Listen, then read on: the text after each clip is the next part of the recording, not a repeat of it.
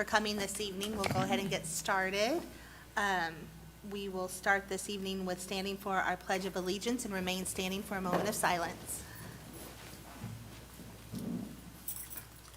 I pledge allegiance to the flag of the United States of America and to the republic for which it stands, one nation, under God, indivisible, with liberty and justice for all.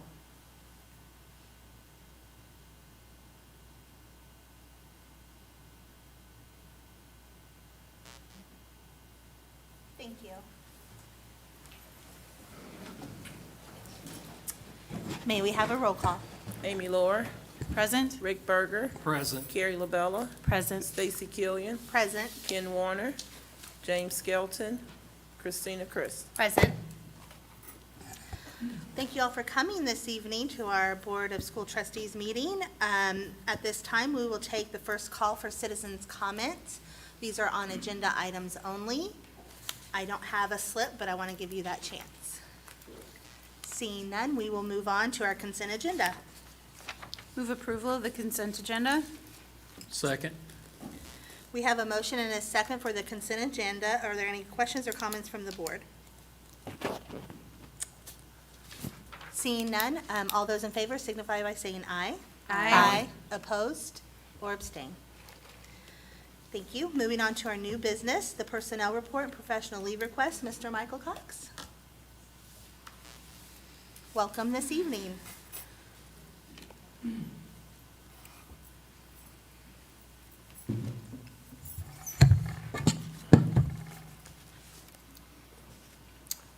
Good evening. Administration seeks approval of personnel and professional leave report as presented this evening. I'll make a motion to approve the personnel and professional leave request as presented. Second. We have a motion and a second. Are there any questions or comments from the board? Michael, how many new teachers have we got this year? I'm just curious. A ballpark? probably. Right around 54. That's great. Okay. Yep. Remember, we have 1,007 total teachers, or, 1,007 teachers throughout the Okay. corporation. So we normally lose anywhere between 25 to 40 within the year, Mhm. each year, for retirement and/or movement from out of state in most cases. And a common question, school bus drivers? School bus drivers, we can always look at school bus drivers, but also this evening I'd like to put a plea out there for custodians. Okay. Thank you. Yep. Any other questions or comments? We have a motion and a second to approve the personnel report and professional leave request. All those in favor signify by saying aye. Aye. Opposed or abstain? Thank Thank you. you. Thank you, Michael. Next, we have the permission to advertise the 2026 budget. Mrs. Donna Wilson.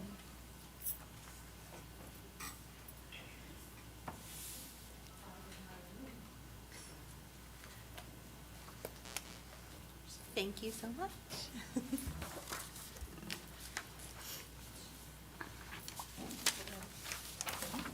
Welcome this evening.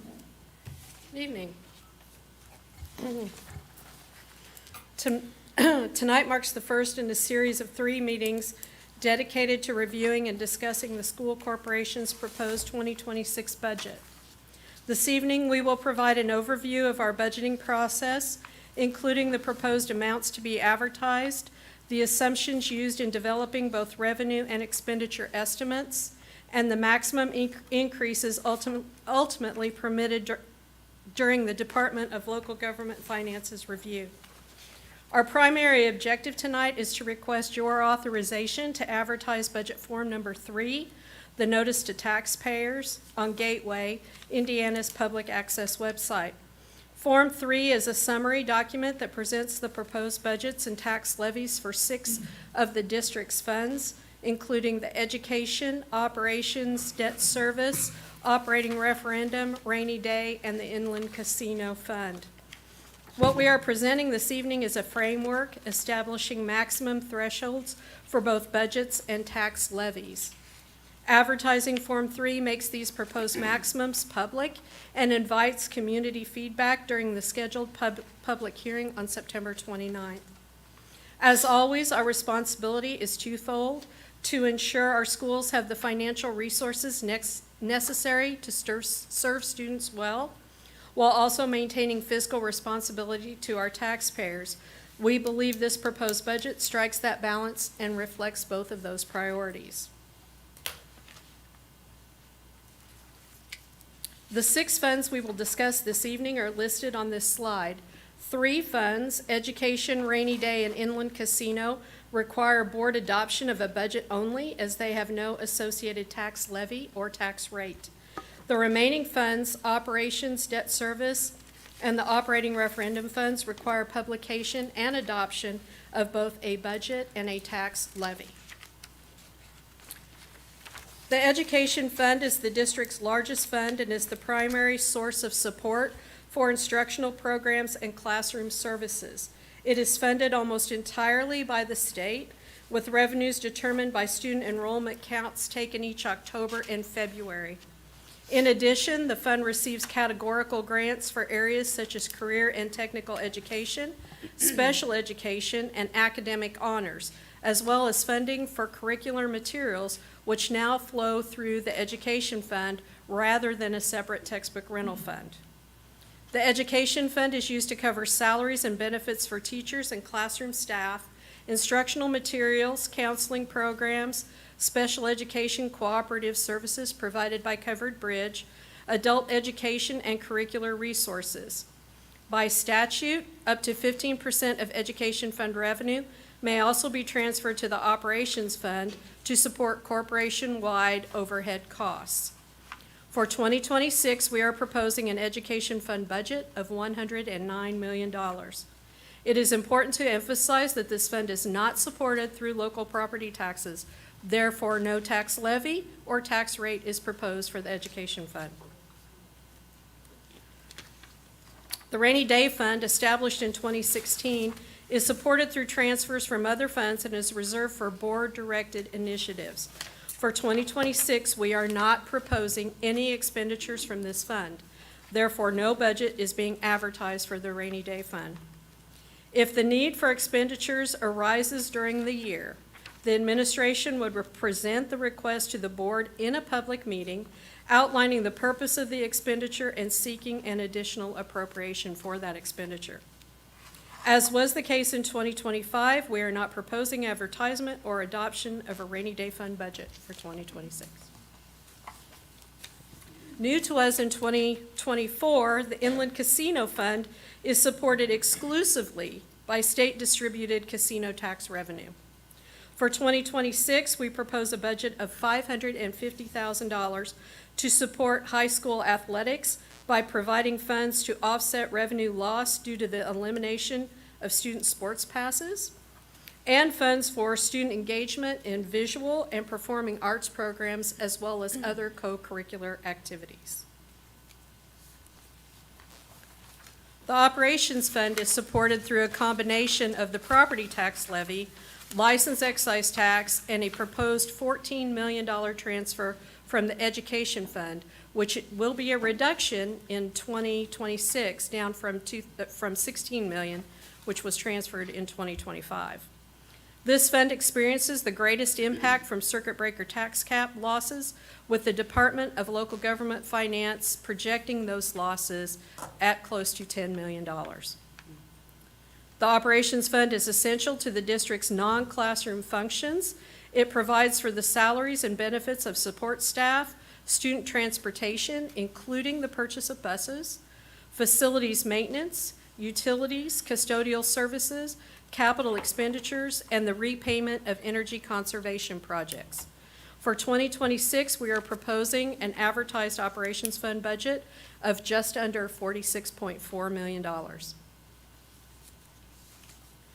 The Debt Service Fund is used to repay all approved debt issuances of the school corporation. In 2026, this fund will provide for repayment on the obligations listed on this slide.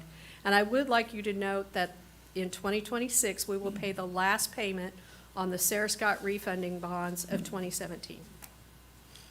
It is important to note that the proposed budget includes an estimated repayment for the 2025 general obligation bonds, which have not yet been sold, but have been discussed at your last couple board meetings.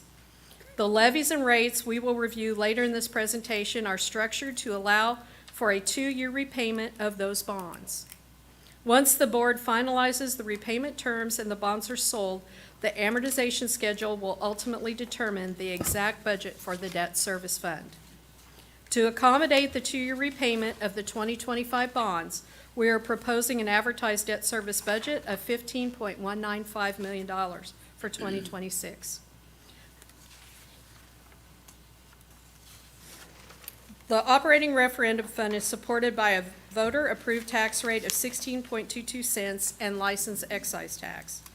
The referendum fund provides both the education and operation funds with additional financial support as teachers' salary assistance, counseling, nursing, behavior intervention, school security, and transportation programs all benefit from operating referendum funding. Approved in 2019 by the taxpayers of Vigo County, the operating referendum extends through 2027. We've proposed an $8.87 million budget for 2026 for the operating referendum fund. This slide provides a comparison of the proposed 2026 budget to 2025. The first column reflects the budgets we advertised for in 2025. The second shows the amounts ultimately approved by the Department of Local Government Finance, and the final column represents the budgets we are requesting to advertise this evening. The proposed education fund budget of $109 million reflects approximately a 4% increase over 2025. Since the education fund does not have an associated tax levy, this increase will be supported through a combination of projected 2026 revenues and available cash balance. For the operations fund, we are requesting an advertised budget that is approximately $1.2 million higher than the 2025 advertised budget and $2.2 million higher than the 2025 approved budget. As we will discuss in more detail on the tax levy slide, we anticipate that the DLGF will reduce this request by about $1 million due to levy limitations. So we know the budget as advertised would also be adjusted downward. Looking at the debt service fund, you can see a budget increase over the 25 approved budget of approximately $3.8 million. As stated earlier, the $15 million budget would accommodate the 2-year repayment of the 2025 general obligation bonds. You'll see on an upcoming slide that the levy needed to fund this budget is not proposed to increase by the same amount, as we would also use available cash within the debt service fund to support the increased budget. Nonetheless, when final amortization schedules are provided for the 2025 GO bonds, the budget will be established based on debt payments from those schedules. We would expect a reduction in the debt service fund budget once the final repayment items are finalized. The Inland Casino Fund budget is proposed at a slightly lower level than last year, as we are working to maintain a cash reserve of $100,000 to $150,000 annually. We believe the proposed $550,000 in spending authority will be sufficient to meet the district's needs in 2026. Finally, we are proposing a level budget for the operating referendum fund in 2026, and as noted earlier, no budget is being proposed tonight for the rainy day fund. At our next board meeting, you will receive copies of all required budget forms along with the capital projects plan and the bus replacement plan in a budget book. Among these documents in the book will be Budget Form 4B, which provides the detailed step-by-step calculations behind tonight's proposed budgets, levies, and tax rates. Form 4B begins with the actual June 30, 2025 cash balance for each fund and works forward to determine the property tax levy needed to support the 2026 budget.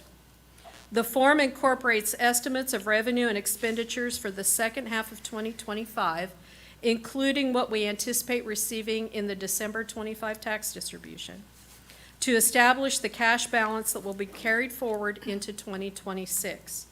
From there, we add projected 2026 miscellaneous revenues, apply historical expenditure trends and input from the administrative team to identify 2026 budget needs, and then calculate the levy required to fund the gap.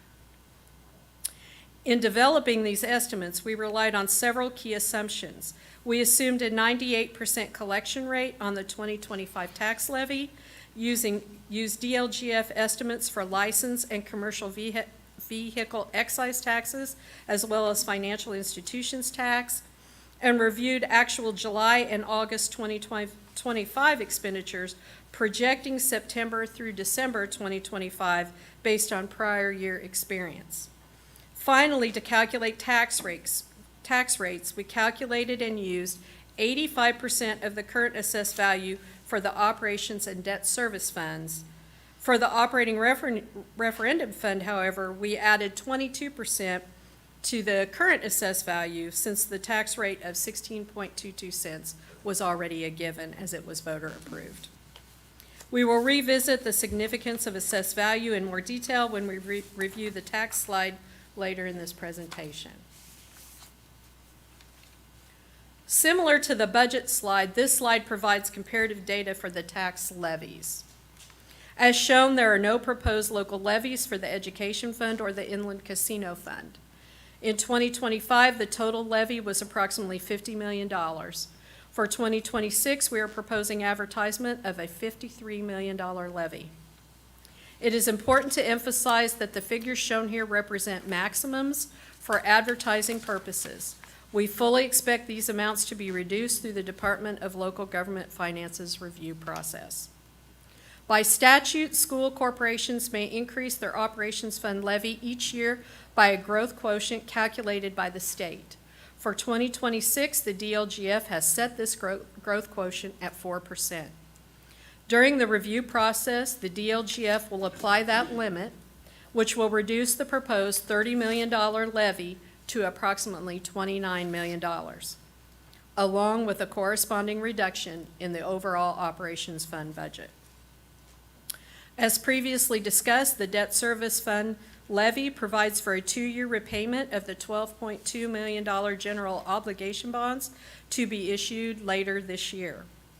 The levy of $12.9 million, an increase over 2025 of approximately $2.3 million, coupled with the use of the fund's operating balance, would accommodate the 2-year repayment option, which was presented by Baker Tilly at the last board meeting. Should the board decide to extend repayment over a longer term, the $15 million proposed budget and the associated $12.9 million levy would both be reduced accordingly. Finally, the nearly $10 million levy for the operating referendum fund will also be subject to statutory limits. Once the DLGF finalizes and applies the growth quotient to the operating referendum fund levy during their review, the referendum levy will be adjusted downward also. Because of the assumptions and estimates that must be incorporated at this stage, the advertised levies are intentionally higher than what will ultimately be approved. Through the DLGF's final review process, both the levies and the tax rates will be reduced as needed to comply with statute, consistent with what occurs and has occurred every other year. If we go back and look at the last 5 years, you can see the comparison of advertised and approved tax levies. And you could say we range from 80 to 93% of what we presented versus what was approved.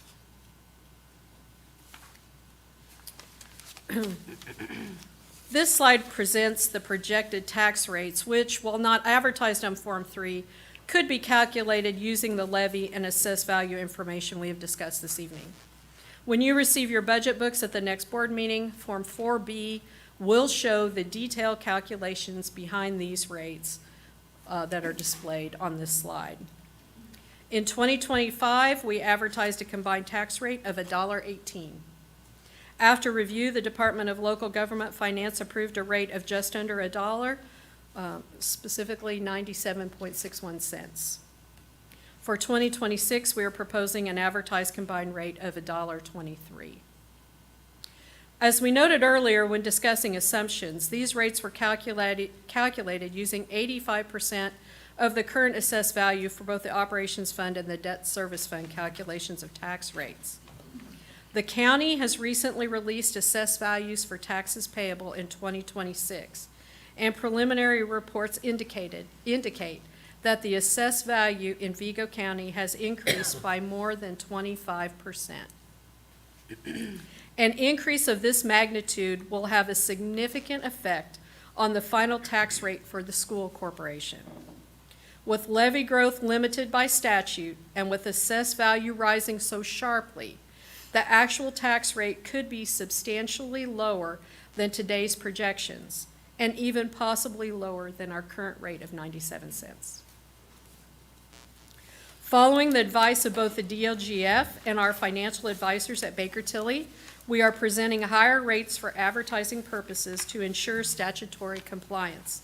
However, as the DLGF completes its review of county assessment data and finalizes our levies, the actual rate for 2026 will be set well below the advertised rate of $1.23.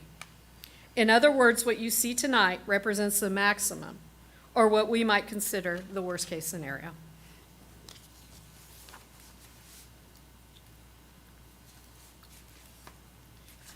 We've also included a slide showing the history of the advertised rate versus the approved tax rate, and you can see we consistently overstate the rate for advertising purposes.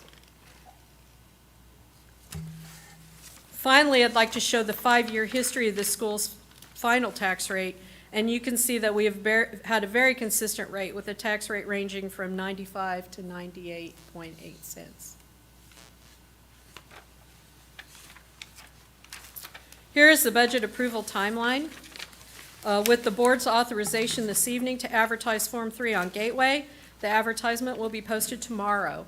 That posting will include the dates and times for both the public hearing scheduled for September 29th and the budget adoption meeting, which is set for October 20th.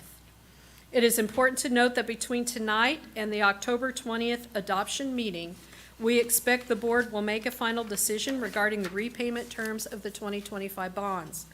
At that point, the board would retain the option to modify the advertised budget before adoption. We have structured this budget to provide the flexibility needed for those decisions and will be prepared to reflect any adjustments as they become necessary. The final 2 slides display the Form 9, and I've split it up on 2 sides so you could see it better. This is the form that will actually appear on Gateway. As shown, the form confirms the dates and times for the public hearing and adoption meetings, and the estimated maximum levy of just over $29 million for the operations fund. Those are actually pre-populated by the DLGF. And it also shows the projected circuit breaker loss of more than $10 million, as you can see on the bottom of the screen. And finally, this is the bottom of the form, and it shows the proposed 2026 budgets, the associated levies, and comparative data for 2025 for reference. And with that, I respectfully request your permission to advertise Budget Form 3 on Gateway as required by statute. I'll make a I'd motion. be happy to answer any questions. I'll make a motion to approve the permission to advertise the 2026 budget. I'll second.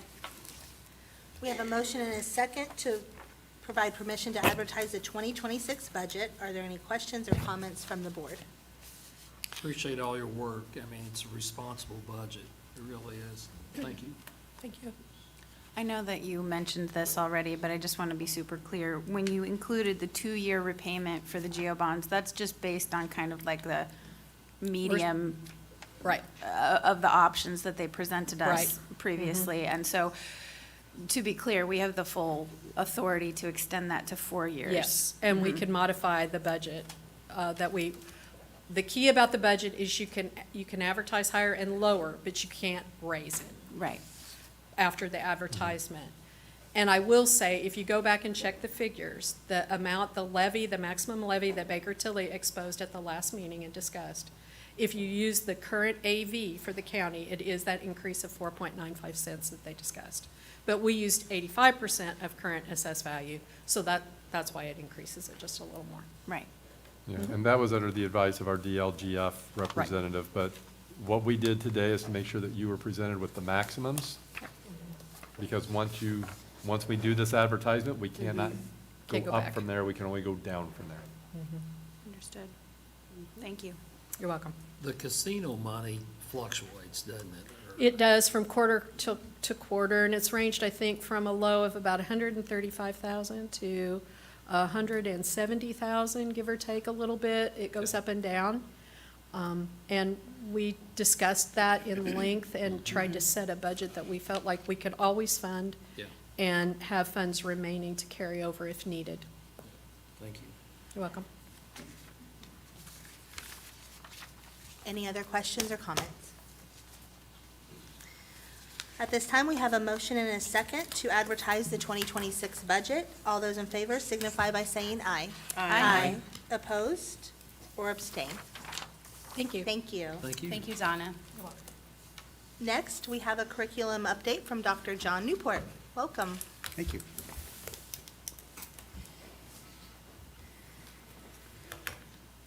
Tonight, we're going to report on how the district has continued to help student access and opportunities in an effective and efficient way. To begin, we'll start a little bit with the why. Enrollment trends, it's been no secret that enrollment trend is declining, with projected enrollment to continue to decline over the next few years. We've talked recently about staffing realities and efficiencies, and there are some curricular areas where we have very few applicants and some of the challenges that we have in providing those opportunities for students. Facility conditions and resources, as indicated in the Gibraltar facility study, need some help. I think that's been pretty clear.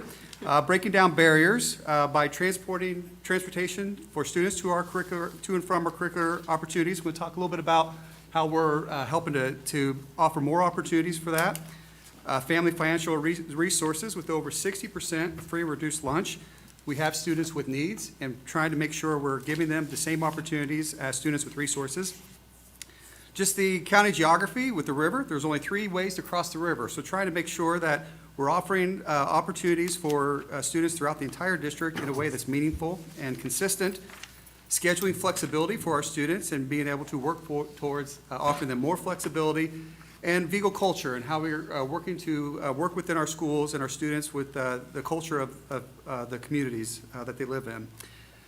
Keeping access to students and opportunities at the forefront as we continue to work through our facility study, and our facilities is going to be one of the things that we're going to really maintain a key area for curriculum. So looking at district-wide continuity for flexibility and access to curricular opportunities, we've started work on a district-wide master schedule. Last summer, we worked with our high schools to start for the fall of 26 a district-wide master schedule. And to just kind of give you a little bit of a conversation, last year, the principals and I were working on a project where we were taking a single curricular area and how each school was operating it in a unique way that made it difficult for the dual credit to be offered consistently. And so with that conversation, we were working through it together, and we were working with a red pen, a blue pen, and a green pen to show the differences. And one of the principals says, when are we going to start using the same color pen? And that's and my answer was, well, I couldn't find that orange in an orange pen, so I wasn't sure how to do a district-wide one. So we kind of joked about it, but it led us to starting to work towards a district-wide master schedule that allows for flexibility in student scheduling to access to programs. Sometimes we're unable to find a highly qualified instructor for a specific program. So being able to offer students opportunities to other sites will be more possible through a master schedule that has continuity among the high schools, while still allowing the schools to maintain their identity, but aligning bell schedules with lunches and to where they can access quality programs at other sites. And when we started this process over the summer, we learned how complicated this was because we found out we have 3 distinct and individual master schedules and basically 3 miniature career centers and how they operate and how the courses that are offering within them. And each one is different in its offerings. We've been working to communicate our curriculum plans for student choice and flexibility. So that's an area we're going to continue to grow on with an opportunity to create some sample 4-year pathways to help students and parents to visualize their plan. So the navigation of high school opportunities can be complicated. There's a lot of choices to think about, and students are constantly, and parents are constantly put in a position to make choices about the program they want the most. And so how can we work on trying to eliminate that barrier? And I think you can probably remember when all of you were in high school, you had the same schedule as a freshman. All of us had the same schedule. It's just what period it was, classes we were taking. And so with the new Indiana diploma, that adds flexibility. And so we're going to kind of talk a little bit about how we're offering that to grow with the new Indiana diploma as that current freshman class articulates through high school. And then one of the ways we're going to be able to kind of work with that is think of an Applebee's Pick 2 platter, where you get to look at two pathways and similar alignment and kind of create a sample pathway of how you can experience multiple pathways and experiences in high school and how that might look in a schedule, and try to put that into a template that parents and students can kind of start to visualize with flexibility where they may be able to go. And so our counselors have been starting to work on some of those examples that they can share with their students as they're starting to advise them and schedule them this coming winter. And then finally, additionally, locally developed graduation pathways to continue offerings for our students. The board last year approved a civic arts, which is a musical theater and visual arts pathway, as well as an ROTC pathway and an aviation pathway. And so we're also continuing to break down perceptions with student experiences, getting our students to see each other's cultures and experiences. Last year, we piloted a senior swap. And I kind of think of it, the celebrities are just like us. They go to Starbucks, they go to grocery shopping. There's pictures of that. It's kind of, as we worked with our seniors last year, we took 6 seniors from North and took them to South, 6 seniors from South and took them to West, and 6 seniors from West and took them to North. And they were aligned with a student of a similar schedule. And so by being aligned with a student of a similar schedule, they followed that student through their courseworks throughout the day. And as you can imagine, the conversations afterwards were, they're just like us. It's the same physics class, it's the same PE class, and those kinds of things. And one of the things that I think my favorite takeaway from that was there was a student who was in a physics class at one of the other sites, got the homework assignment, went home and did it that night because they were so excited about the homework assignment, and then turned it in to the teacher that they had visited. And so we're looking to expand that program and help break down those cultures, create those conversations with the students, and create student leaders to come back and talk about those experiences within their buildings, with doing junior swaps with principals, and then allowing our sophomores and freshmen to see their deans in a different light and go to offsite and experience the swaps with their freshmen and sophomores. And the other thing we're working on is earning outside endorsements to highlight the great teaching. Early college endorsement is an endorsement from the University of Indianapolis. Terre Haute North last spring was early college endorsed, and Terre Haute South and West Vigo are working towards their endorsement. This process couldn't be done without the commitment of our school administrators, our teachers, and our counselors. Our teachers are working to get additional credentials to their license and master's degrees to be able to offer that Indiana College Core or dual credit classes. And our counselors work very hard to make sure students get into the courses accordingly to be able to get those experiences. Part of the early college endorsement includes an Indiana College Core, where students are able to have opportunities to receive 30 college credits while in high school. And technical certificates and certificates from Ivy Tech. The certificate is usually a 3 to 9 month certificate training program. And a technical certificate is a 1 to 2 year training program. And so getting our students, mostly in CT areas, that opportunity. So just to kind of give you a little bit of a snapshot of our successes in that. Last year, we had 1,430 VCSE students earn a total of 12,686 college dual credits. 137 students their senior year earned an Ivy Tech credential, which could be the ICC, the certificate, or the technical certificate, which totals $2,157,337 in post-secondary savings to our VCSE families.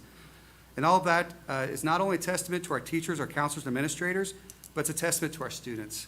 As a parent of a recent graduate, I saw firsthand the hard work and dedication it takes to work towards the ICC, dual credit certifications, and technical certificates. And it's definitely a testament to our parents who support their students in those endeavors, and we appreciate that. Our schools are continuing to work hard to increase those numbers. So that kind of brings us to where do we go from here? How do we keep moving forward and higher? How do we provide more opportunities for students? We hear so often right now, students have to make choices. How do we use our curricular resources to open up more student choice to the courses they want to pursue? And that brings us to a one-step forward idea. One step forward, if you think back to that master schedule alignment we talked about earlier, we can create a set of classes that can be offered in a one-step forward capacity, which will allow students to have the flexibility in the coursework that they take. By taking one step forward and taking classes earlier within their high school career, they could open up opportunities their junior, senior year to have greater opportunities for dual credit, greater opportunities for advanced placement, or higher rigor classes. Also open up opportunities for pathways that they may be interested in, music and the arts and areas of that where they have to currently make choices between a foreign language and the music class. They can create those opportunities within their schedule and open it up. So expanding opportunities for flexibility with before and after school courses by identifying certain courses to be taken before or after school that can be, the students could sign up for. Middle school, we're working right now with our middle school principals to look at 8th grade credits and what high school credits we can move into the 8th grade, planning and thinking through that schedule continuity with vertical alignment in a way that doesn't solve a problem today by moving more credits down and create a problem tomorrow when they get up to high school and by pushing too much down. We want to make sure we do it in a very thoughtful and meaningful way, that it creates opportunity for students, but also make sure that we have the appropriate staffing we need throughout 6 through 12. Thinking of a summer school rethink, our current model is a credit recovery based. This past summer, we stepped into a little bit with a one step forward based model where we started allowing students to take credit forward thinking into their summer school. There is as we continue to build on that and continue for that program to grow, there is funding from the state is something that we're keeping our eye on. We are currently funded in this same formula as this past year for the summer of '27, but we have seen cuts in summer programming. As an example, some of the arts credits have been cut from the programming. So this last summer, you may remember, we needed to find an alternative resource for our PAWS, or Performing Arts Workshop, in which we were able to do.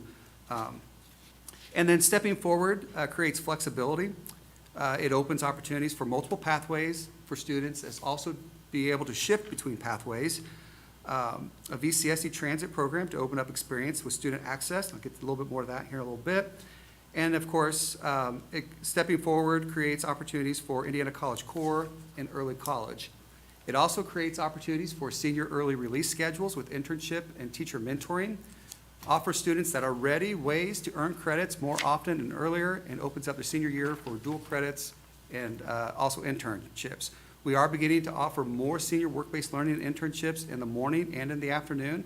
As an example of traditionally, this was a program that was offered as an afternoon program where they would leave school after lunch. We started experimenting and offering it before school in the morning piece because we have students that are athletes who want to get that work-based learning, but they need to come back to school in the afternoon and participate in their sports. And so I'm aware of some students right now that are in an internship from 6 a.m. to 9 a.m. They report to school at 10. They go to school all day long and then report to the soccer field after school and participate in soccer and are loving every minute of it. The experiences that they're engaging with it, they're really appreciating and experiencing with that. And so we've kind of started dabbling into that with that morning internship, just as long as it's a way that's meaningful and impactful to the student, we are going in that direction. And with flexibility comes more opportunity to celebrate student successes. With the opportunities that we're working towards, we're having conversations now with our high schools about a magna cum laude or summa cum laude Latin system for to look at for offering for our students for celebrate successes. And I kind of put on here chords, and more chords. And when the students, when they have a magna cum laude or summa cum laude, it'd be a chord that they would get to recognize that. And as you've seen at our graduation, we have students that have chords for their Indiana College Core, they have chords for the early college, they have chords for, and some of the ones that are the most coveted ones, there's one at West Vigo that is the Math and Science Award, and the teacher, Mrs. Tapey, hand knits the chord, and it is very coveted amongst the students, whoever is able to get that chord. And I kind of think about that, you know, in that student, when they look at that 20 years from now and they see the box of all the chords, that's the one they're going to remember what it was and what it was. And so giving those opportunities for more student successes. And that kind of brings us to connecting students with programming and opportunities efficiently and effectively. And so typically, transportation is a door-to-door service. We pick you up at your front door, we drop you off at the door of the school, we pick you up at the door of school, we drop you off at building trades, we take you back from building trades back to school. And it's in that kind of door-to-door service, it can be very difficult for us to have enough drivers to do all the door-to-door service that we need throughout our district. And so with our career tech ed programs, as we've tried to be more efficient over the years, last year we had a morning bus in the morning that ran to we had a bus leave from each high school. So we had 3 buses leave for building trades. We had 3 buses leave for medical careers. And take those students to the programs, and then we pick them up and take them back. In the afternoon, we allowed students to drive themselves to those off-site programs, which is consistent with our board policy.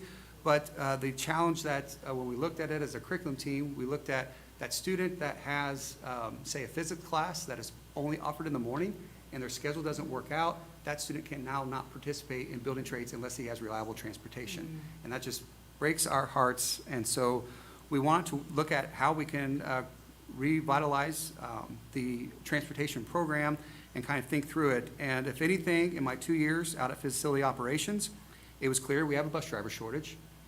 PJ and his team are working very hard to close that gap, and we're closer than we've been in more than 3 years.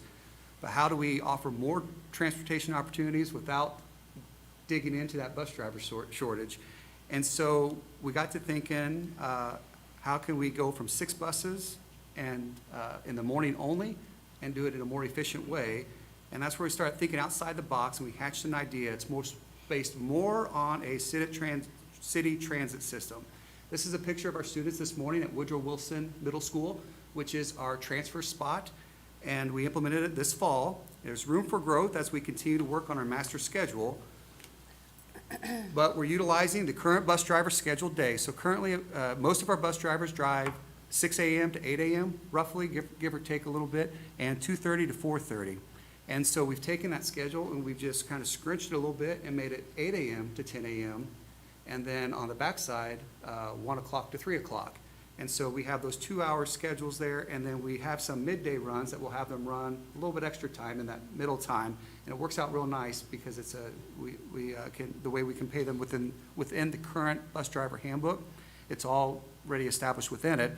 And so we are utilizing a current bus driver, and we're just moving the drive time in, and now we have 3 drivers that we're doing this with. So we're giving access to all programs in the morning and the afternoon with 3 drivers, 3 buses running the transit system. So on the map here, we have a green line, a blue line, and a red line.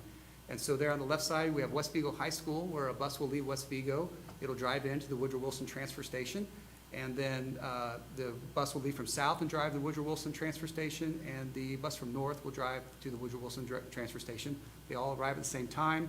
Students then swap buses, whether they're riding the blue line to go to the CNA, the medical careers at Union Hospital, or at Terre Haute North to the CCMA, or if they're going to the aviation maintenance at the airport, they'll jump on the red line, or the building trades program.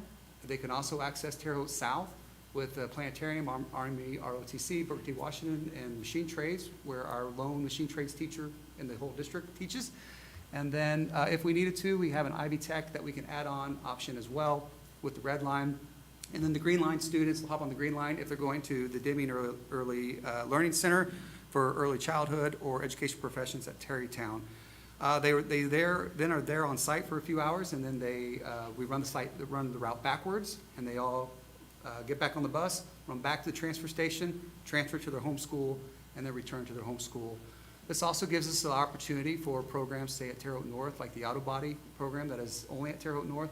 We can offer access to that for students in a meaningful way, whereas currently they may need to drive themselves, as well as like the planetarium at South.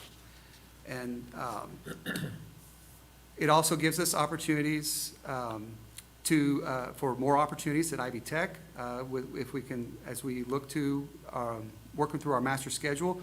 Talked earlier how it's a very complicated master schedule of 3 schools with 3 career centers, And with the board's approval, approved plan to move to the two high school model with one career center, the need for the transit system reduces, but it's not eliminated. We're still going to need to be able to have that opportunity, but we will have access to accessible program at both high schools. We'll still have CT at an off-site locations like building trades. We'll have opportunities for growth with IB Tech and our career center at Dixie B. So it gives a lot of opportunity for the program to grow within itself. And kind of a teaser for more to come this year. We're continuing to fine-tune the district-wide master schedule for the fall of '26 as we work with our bell schedules throughout the schools. Continuity in the community, we're working with community partnerships that are in the works, creating more partnerships and work-based learning and internships that aligns with that Indiana new diploma. Some curriculum expansions, areas of students oftentimes are working over the summer. So we're looking at trying to find a pilot and get a program to where we can fund a work-based learning oversight, so those students can continue to get the hours towards that new diploma and the work-based learning and internship, which will help tremendously as we transition to that new diploma. Our athletic directors had a great idea to invite all 4 universities to the North-South football game this Friday. So we're going to have a university space and have the universities there, and they'll be able to engage with students there at the North-South game and families as well. And then vertical articulation with K-12 programming. Tonight I focused a lot on secondary opportunities. That certainly doesn't mean we aren't doing anything for K-12. We are engaging with our curriculum alignment teams this fall to explore additional opportunities in the coming school year and continue to build strengths and partnerships in the arts, continue to build strengths and partnerships in the areas of STEM, and exploring opportunities for additional areas. Which takes us back to the why. Enrollment trends, hard to fill staffing realities, facility conditions and resources may all be on the decline, but that doesn't mean student access to quality curricular opportunities needs to be. We're working to break down barriers so students have access. We currently have 2 West Vigo High School students who are enrolled in Terre Haute South ROTC program. They take a bus over to the school to enroll in the program there. They have an additional course that they are taking at Terre Haute South while they wait for the transit bus and to take them back to West Vigo. We are continuing that model as we're identifying at all schools a list of classes. We have identified a list of classes that every school will offer consistently, 3rd period and 5th period, which allows for that transit flexibility. So if you have a student that wants to take, they want to see the stars at the Gibson Allen Planetarium, they can transit during 1st period to the Gibson Allen Planetarium, take that class 2nd period, and then they have a list of classes that are appropriate for freshmen, sophomores, juniors, and seniors that are offered consistently at all sites with our district-wide master schedule. They can take that additional class at that site while they wait for the bus, and then they hop on the transit bus to go back to their home school and proceed with the rest of their schedule throughout the day. We're working to normalize going to other sites and getting to know each other's cultures to continue to offer opportunities in AP, CTE, and other programming. Finally, because of the plan, the facilities plan the board's approved, we will be able to keep this momentum going, knowing that we work throughout the facilities plan, and a 2 high school model with a single career center will take us to 2 master schedules instead of 3, 1 career center schedule instead of 3, which will greatly increase our efficiencies and student offerings and maximize our great teaching, talent, and community partnerships. There is no board action requested tonight, but I will be happy to entertain any questions or comments you might have. Wow. Wow.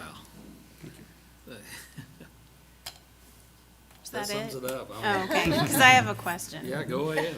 This is- Back to the dual credit conversation.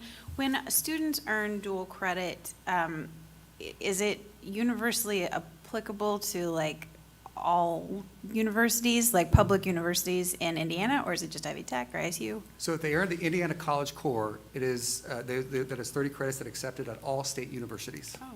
And it's an Ivy Tech credit that can transfer into any state university as 30 credits coming in. So is there dual credit that isn't in the The- College Core? Yes, so for example, a welding class may have a dual credit associated with it, and it may not be into the Indiana College Core. So the Indiana College Core is your typical, your core classes, your Englishes, your maths, your sciences. So like that welding class might only get you dual credit at Ivy Tech? Correct. Okay, that's where, okay, thank you. Yes, thank you. John, a question I have, the aviation program is just, well, how many students do we have now with the airport? I believe it's 14. Yeah, I mean, I can just see that taking off stronger too. We were excited. hoping to get 6 or 7, and we ended up with double digits, and 14 have sustained and continued with the program. I mean, we're And there's excited. demand for more. Yeah, the airport board, we're excited where that can take off, and that's a great start, yeah. Thank you. And that was one of the things that we really wanted to create access for just not students that could drive out there, but any student who wanted to be a part of that program, to Yeah. be able to participate to the transit program. So we're kind of flipping it a little bit, where we're putting the transportation schedule out there first to make sure we can get everybody everywhere, and then we build our curriculum programming around that transportation schedule. Are the other schools doing this mass transit system? How did you come up with that idea? It was, it was, I mean, it's it was a great kind of, idea. it was, I've been trying to, I was thinking of a shuttle bus system before, Yeah. like shuttling and thinking about it more efficiently, but we did some traveling as a family, and I'm sitting there looking at the maps of the trains, and it kind of came to the idea. So then we started talking about with some of our principals to kind of couch out how the idea can really look. I do know there are some school programs. Kokomo does do a very similar system for offering students opportunities. The thing that's a little bit different is the vast square miles that we have to cover. Yeah. And so that's where it's a little bit more challenging for us. But what is nice is that in a lot of other places with the centralized career center, it is a career center serving multiple school districts. The career center sets their schedule and says the other school districts, come work around us.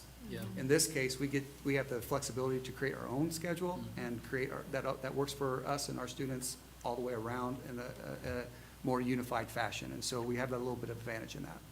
Job well done. Thank you. Thinking outside the box. Thank you. I had a question, kind of like two thought processes going with it.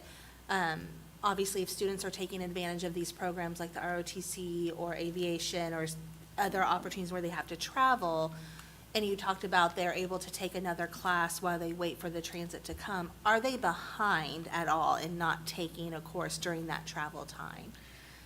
In most cases, the students that are engaging in that have it room within their schedule to give up that travel time, so to speak. They do give up one period of travel time. But one of the other things that we're working with, that's kind of the One Step Forward program, where they can afford, if we start them in 8th grade and start moving one step forward to where they can have that greater flexibility by their sophomore or junior year, then they can really, they can give up that period for the travel time. And where we also are looking at having opportunities before and after school where they may be able to take an additional period, say before school or after school, to, if they are in, say, credit recovery mode, then they may be able to do that. We hope that as we work towards this, that the opportunities are expanded for students to where if they are in, say, a credit recovery mode, that they'll be able to still participate in the courses that they want and then also get the credits that they need. I was just thinking that it's, one, great that we're offering that for our students, but two, that commitment that the students have to give to either make up that time before school, after school, however that looks. I think that's just a real positive that we're offering that and that we have students willing to take advantage of that and be committed to do that. So thank you. That was the two thought processes I was having, that there's a barrier there that we are. The bottom line is that the reorganization plan actually will help reduce what you just talked about. And what we're doing now is we're getting an early start on how do we consolidate these programs and learn from the transit system so that when we do implement the reorganization plan, we're eliminating those things because we're building it as we go based on what we're learning through the process.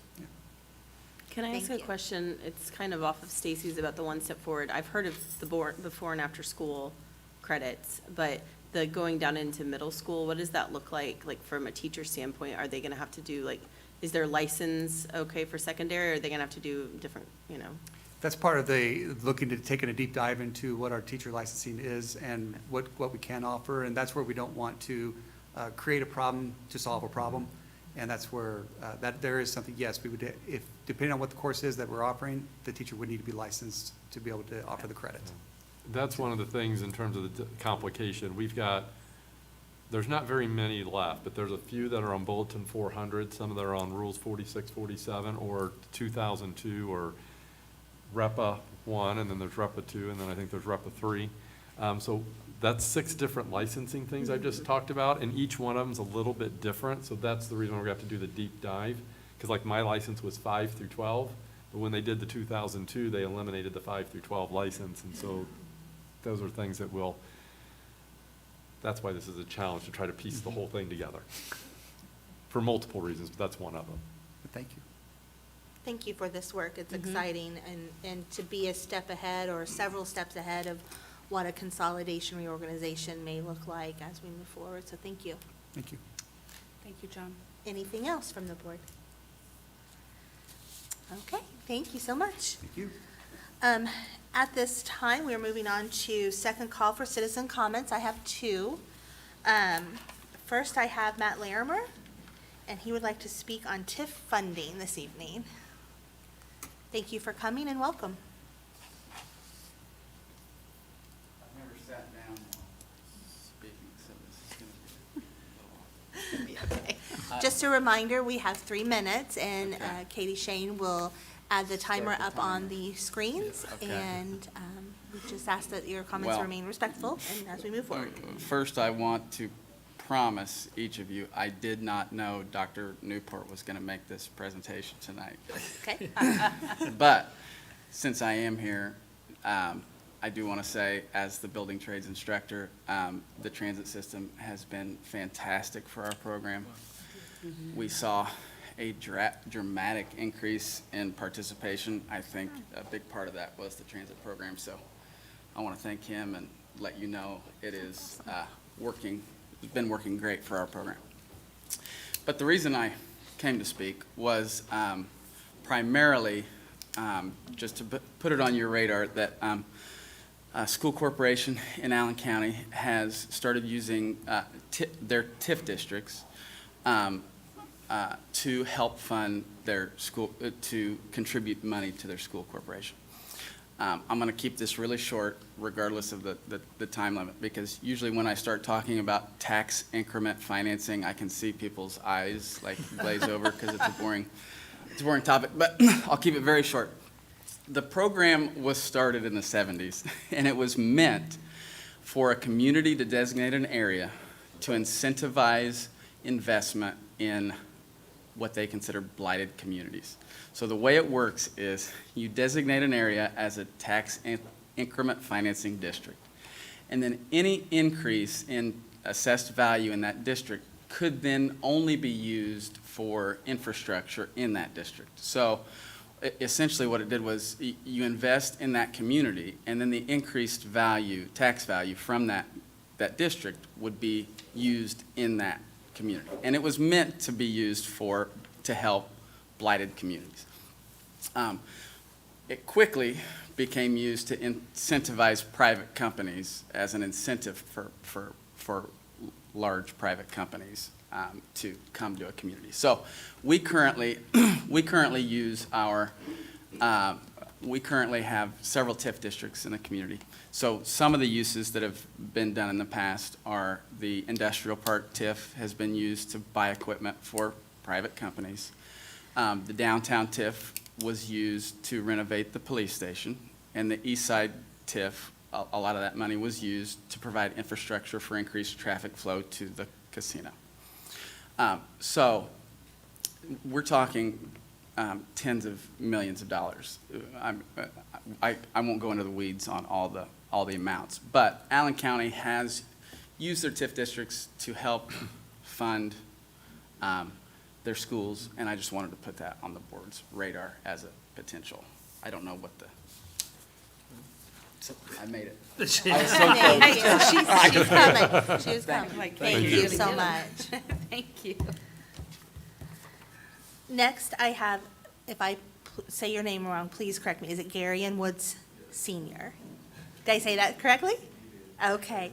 Garion Woods is here to speak about the school consolidation, and thank you so much for coming this evening. This is my new friend I met today, right here in school. Thanks for being here. I speak on what that is before the time starts, or is it all encompassing?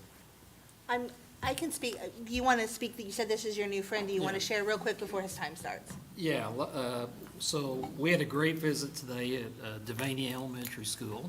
And Michelle, you have a great team there, so we really appreciate Carrie and I did. And he brought up some points here about when we close schools, what they become. And he's gonna tell you the story in Gary, what happened. And you can see there's just a lot of schools closed and just destroyed. And, you know, our promise is we won't have that happen here. But I asked him to come here and tell his story and his concerns, so there, we'll set him up for that. And thanks for Thank being you. here. Thank you. All right. Good evening. My name is Gary Woods, and I have been a Vigo County resident for 15 years. For 11 of those years, I have been an employee for the VCSC. I've served VCSC as an athletic coach, behavior interventionist, and a school counselor. I've been an active member in the community, co-sponsoring a PTSD support group. I've taught music classes to kids. I've earned 3 degrees from ISU, and I've conducted research on food insecurity with college students. And I used to run a campus food bank. I've studied abroad twice, and I've served on the board of 14 Chestnut Community Center, and I'm the second vice president of the Terre Haute branch of the NAACP. I'm volunteered at the Lighthouse Mission, have been active in church organizations within the community, and I'm also an active public speaker, and I work tirelessly with youth who are often labeled at risk. I say all of this to emphasize my investment and dedication to this community, as well as my agreement to the plan for our schools. I stand with you in wanting the best for our campuses and students, and at the same time, I want to advocate and make sure we as a community do not experience the challenges that my native community of Gary, Indiana experienced. I'm a product of the Gary School Corporation, and between my years of being a student and alumni of Northwest Indiana, I have personally witnessed at least 23 schools close. The remaining schools become feeders, and the remaining public schools have become feeders into the one public school that remains. However, the other 23 or more schools that closed have become crime areas. They are often vandalized and riddled with graffiti, broken windows, and arson. They serve as sleeping spaces for people without homes, sites for human trafficking, and also drug trafficking. Those buildings being abandoned have tremendously reduced the property values of those communities that have geographically already been seen as low value. In Gary, when schools close, they become abandoned sites. My hope with the consolidation and renovating areas here is that we can ensure that those closed buildings will not be abandoned, and for the new direction to include sports programs on the elementary level for at least 4th and 5th graders to develop their skills and further increase the feeder systems of our middle and high schools, and to provide additional positive outlets for our youth. Every high school in Gary had outdoor basketball facilities for kids to frequent on lunch hours, after school, and on weekends. When those schools closed, those facilities became high crime spots. At least 2 of our 3 traditional high schools here currently do not have outdoor courts for those students to frequent. We have them at the elementary and middle schools, but not at the high schools. And those students need positive outlets just as much, if not more, than our littles. Yes, we need to improve our facilities, which again, I agree wholeheartedly with advanced technology and promote equitable learning, but we also need spaces for kids to want to be outdoors and exert energy and build relationships in a healthy and safe way. Thank And- you. Yeah, we have time expired, I'm Oh. sorry. I was at, I know, I was at the I one saw point. you, but you had one sentence, a couple sentences Oh, right there there. too. It's okay. Thank you, no, thank Thank you. you. You know, We appreciate before you sharing. I appreciate you being here tonight, because when we met today, we really got into the depth of what, like Meadows School, we talked about how we repurposed that, and it was important for him to voice his opinion tonight, and he supports our plan, but yet, we hear what your concerns are too, so, Thank you for sharing that. Thank you. thank you. At this time, is there anyone else that would like to have comments this evening? Seeing none, we will move on to our information from our superintendent and other board members. Gary and I will just reinforce there, we are aware of what you just said. My wife is also from up there, and my father-in-law actually had a car repair station that was in Hammond, that just within blocks of Gary. And we're working hard to try to make sure that we do, that we are working not only with our local people, but our legislators to make sure that what you just described is not something that results here. So hold us accountable to that. Make sure that you pay attention to us. That's what I was gonna say too, so that's right. I want to thank our business office, our facility operations team, the transportation team, principals, and others who helped Donna develop that budget that she went through today. That process actually begins back in the spring. You know, one of the things that happens with the budget cycle is that when January comes, we implement the new budget, we work through all that, and as soon as everything gets implemented, we start the process of building the next one and starting to have meetings and understand what things need to be addressed. And so I want to thank all the people who participated in that. We also want to thank our legislators for their investment in our schools so that we had something to talk about tonight with the budget aspect of things. We know that there were some very difficult situations, and obviously we would have liked to have had more. Obviously, we would have liked to have had increases in funding that were going to make some of the decisions in front of us easier. The reality of it is that the legislature makes a decision that is not only, it's based on the realities of the economy of Indiana, and it wasn't necessarily what they were hoping for as well. So we thank them for the commitment that they did make. We are going to continue to move forward with the reorganization plan, and we appreciate the feedback that we are receiving. But we're doing it in a way to make sure that we can adjust to the realities of what happens with local funding and state funding and so forth. One of the things that we know is that there's been many, many changes that have occurred over the last 2 decades with funding, the way it funds with property taxes as well as the state funding that comes up with the people side. And I'm pretty confident that in the next 2 decades there will be more changes that will occur. And we look forward to doing any partnering that we can with legislators, and we thank them for that so that we had something to present tonight in a budget and to talk about it. So I do want to give them our thanks for that. In terms of the stuff I normally do, we want to congratulate Terre Haute North and Terre Haute South, who performed in their first marching band contest this past week.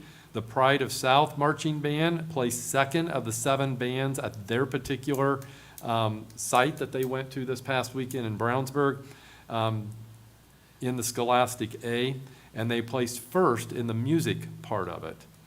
We mentioned a couple of meetings ago that Terre Haute North hosted the first ever girls flag football game here in Vigo County. And we also want to give a shout out to South, who hosted their first game over the weekend. They ended up winning by a 39-0 score over Cardinal Ritter Raiders of Indianapolis. Orders for the annual P.S. We Love You t-shirts are on sale as a part of the Tackle Childhood Cancer. Each of our schools across the district participates in this particular fundraiser, which honors the former North student Patrick Barrett. The foundation in his name raises money to benefit childhood cancer at Riley Children's Hospital. If you are interested in purchasing a shirt or donating to the fund to donate to the Riley Children's Hospital and help benefit research to support or at least to eliminate, hopefully, childhood cancer, you can do so by visiting psweloveyoufund.org. That's psweloveyoufund, all in one word. .org. We also want to congratulate or extend an announcement, not a congratulations, but an announcement that Terre Haute North choirs will be presenting Guys and Dolls Jr. on September 13th, which are featuring the Patriot Singers and Counterpoints. Tickets can be purchased at the Terre Haute North main office or online. Again, that's September the 13th, when the Terre Haute North choirs will be presenting Guys and Dolls Jr. And then West Vigo Middle and High Schools recently announced that they will be doing a production of Alice in Wonderland, and those productions will be open to the community who purchase a ticket on November 21st, 22nd, and 23rd. So just before Thanksgiving, you'll have the opportunity of seeing Alice in Wonderland over at West Vigo, as the West Vigo middle and high school students put that production on. So there's a little bit of an insight and update. We also, we're in full bore of fall sports, fall activities. So between the marching bands, between what's going on with the cross-country and the tennis and the golf and the football and the volleyball, there's plenty of things that you can go to support our kids. And we do thank all of our community members that take the time to go out and support our youngsters. Do we have information from board members they'd like to share? You all look at me every time, You're right? just down there to our right, and it's just Okay, I'll natural to start. look. All right. Have 18 items, hold on. No, I have 4. Move to adjourn. No, I'm sorry. Yeah. Just 3 kidding. minutes, I put the resent. 3 minute up there.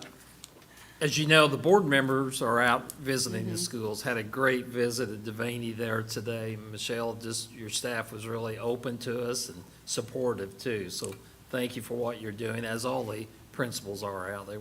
It was a good one. Thank you. We had a meeting last week. Dr. Himsel, JD, and Ken and I went and talked to a group of large farmers down in Blackhawk, sat down in the shop, and we had a great meeting, just a good discussion, open discussion, no ask. But I thought we came out there and we helped educate each other on what we're doing here. We wanted them to hear the plan, and Dr. Himsel did a great job on that. I don't know if you saw a couple days ago in the Reader's Forum, Tribune Star, we had a lady, Charlie Walker. She put it in great words. If you haven't seen it, you need to see this. I think she did a great job. I'm proud of students doing that. And if you haven't seen that, I encourage you to go out on the Tribune Star and see what happened here. It's great. A couple other things. One thing I know, we have great employees and we have great students. We should be very proud of what we are, where we're going, and as you can see, this board's working hard, but we got 2,200 people working hard too. And the last thing I'd just like to say, as Dr. Himsel said, we have great community partners. And you're gonna see more of that, and I'm seeing more of it. So, thank you for all just coming out and listening tonight. I know it's exciting to listen to a budget, but those are important numbers. And we're accountable for those numbers too. So, thank you. Yep. I just second what Rick said. I will just share, I mean, I've had great visits at our schools as well. They're very welcoming. It's fun to see the students in the hallways, especially those elementary schools. You get some nice waves, maybe even a hug or two. So thank you to our principals and staff of the schools allowing us to come in and just sit and listen to anyone that'd like to talk. And I think we have several more scheduled this week and next week, so we're looking forward to that. But also, if you as a teacher, a staff member, or just a community member would like to talk to a board member, to Dr. Himsel, just to hear some more, we are open to that at any time. We welcome it. We definitely want to have as much information out there as possible about our facilities reorganization, and want to answer any questions you may have or concerns. So, again, thank you to the principals for allowing us in, but also thank you to everyone that's willing to engage with us, so. I'll just echo that they've been really nice visits, and I've been able to get into buildings I haven't been in before. And I just have loved all the conversations that some of it didn't even have to do with the facilities. They just wanted to share what great things their kids have done or what their staff are doing, and it's just been really nice to see just how passionate our staff are and how welcoming and just the good conversations we've had, so I've really enjoyed it. Well, at this time, our future meeting is Monday, September 29th at 6 p.m. It is here in the administration office, and we hope that you continue to come and hear the budget presentation and what we have moving forward. But at this time, I will entertain a motion for adjournment. Move to adjourn for real. Second. All those in favor signify by saying aye. Aye.